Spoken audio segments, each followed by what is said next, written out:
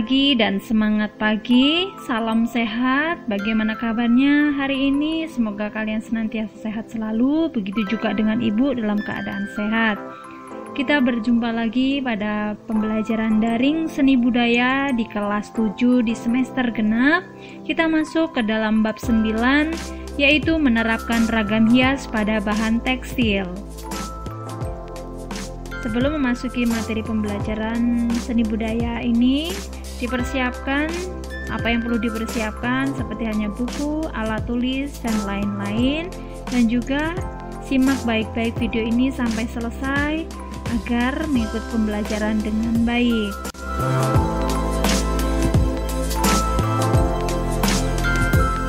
Adapun tujuan pembelajaran yang akan dicapai setelah kalian mempelajari pembelajaran ini, siswa diharapkan mampu yang pertama mengidentifikasi teknik penerapan ragam hias pada media tekstil, yang kedua mendeskripsikan teknik penerapan ragam hias pada media tekstil, yang ketiga mampu mengekspresikan diri melalui penerapan ragam hias flora, fauna, dan geometris pada media tekstil, yang keempat mampu mengkomunikasikan hasil karya penerapan ragam hias flora, fauna, dan geometris pada media tekstil secara lisan maupun tulisan.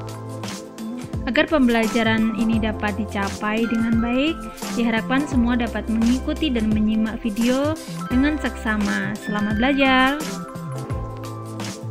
Keindahan ragam hias Nusantara telah diterapkan pada hampir semua sendi kehidupan manusia. Ragam hias tidak hanya terdapat pada bangunan rumah tinggal, peralatan rumah tangga, senjata tradisional, tetapi juga terdapat pada tekstil. Perkembangan dan pertumbuhan ragam hias pada benda tekstil sangat pesat karena mengikuti mode dan tren yang terjadi. Ragam hias pada tekstil telah diterapkan sejak lama melalui pakaian-pakaian adat yang ada di Indonesia. Ragam hias tekstil adalah karya seni rupa dengan mencontoh bentuk flora, fauna, figural, dan geometris yang dibuat pada kain. Mari kita perhatikan ragam hias pada tekstil melalui gambar-gambar di bawah ini. Ada 3 gambar, silahkan setelah kalian amati dengan baik-baik, jawab pertanyaan yang ada di bawah ini. Nomor 1, teknik apa saja yang dapat digunakan dalam membuat ragam hias pada bahan tekstil? Ya, yang kedua, apa fungsi ragam hias pada tekstil? Ya, silakan kalian kerjakan di buku catatan kalian. Penerapan ragam hias pada bahan tekstil. Penerapan ragam hias, flora, fauna, dan geometris pada bahan tekstil banyak dijumpai di berbagai daerah di Indonesia. Penerapan ragam hias pada bahan tekstil dapat dilakukan dengan cara membatik, menenun, membordir, menyulam, dan juga melukis. Bahan tekstil dibuat dengan menjalin benang, pakan, dan lungsi dengan beragam pola jalinan. Membuat bahan tekstil bisa dilakukan dengan alat tenun tradisional maupun modern. Jenis dan sifat bahan tekstil.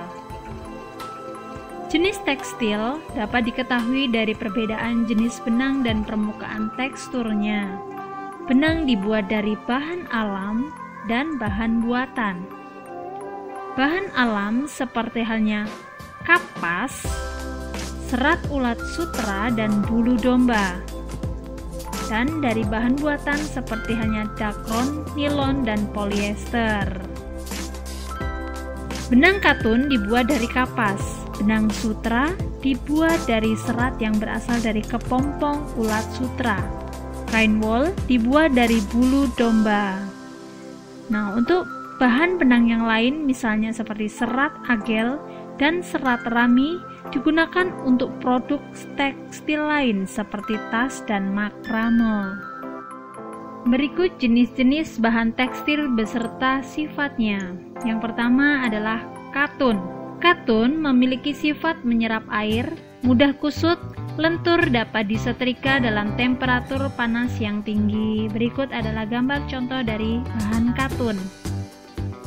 Yang kedua adalah wool.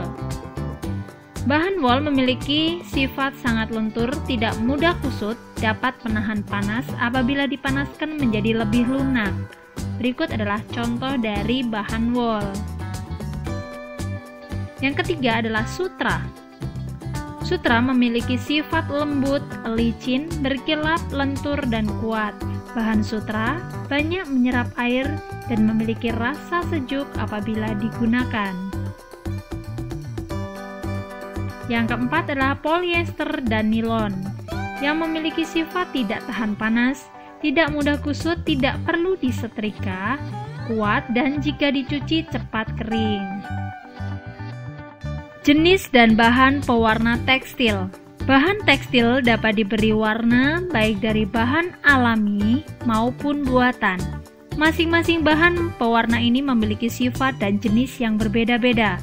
Pewarna alami dihasilkan dari ekstrak, akar-akaran, daun buah, kulit kayu, dan kayu. Pewarna alami misalnya soga dan kesumba. Pewarna buatan atau sintetis dibuat dari bahan kimia, misalnya naptol dan indigosol. Naptol itu digunakan pada teknik celup dan indigosol teknik lukis. Bahan pewarna alami memiliki sifat mudah luntur dan mudah pudar karena tidak tahan terhadap sinar matahari. Dan bahan pewarna buatan bersifat tidak mudah luntur dan tahan terhadap sinar matahari. Teknik menggambar ragam hias pada bahan tekstil. Penerapan ragam hias pada bahan tekstil dilakukan dengan teknik yang berbeda-beda, misalnya sulam, batik, sablon tenun ikat, bordir, dan songket. Berikut adalah contoh penerapan ragam hias pada kaos oblong.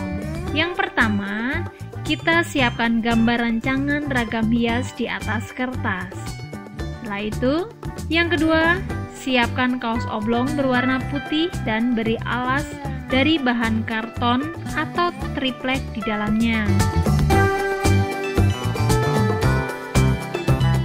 Yang ketiga, kita pindahkan gambar rancangan ragam hias ke permukaan kaos dengan pensil. Selanjutnya, yang keempat adalah beri warna pada ragam hias tersebut.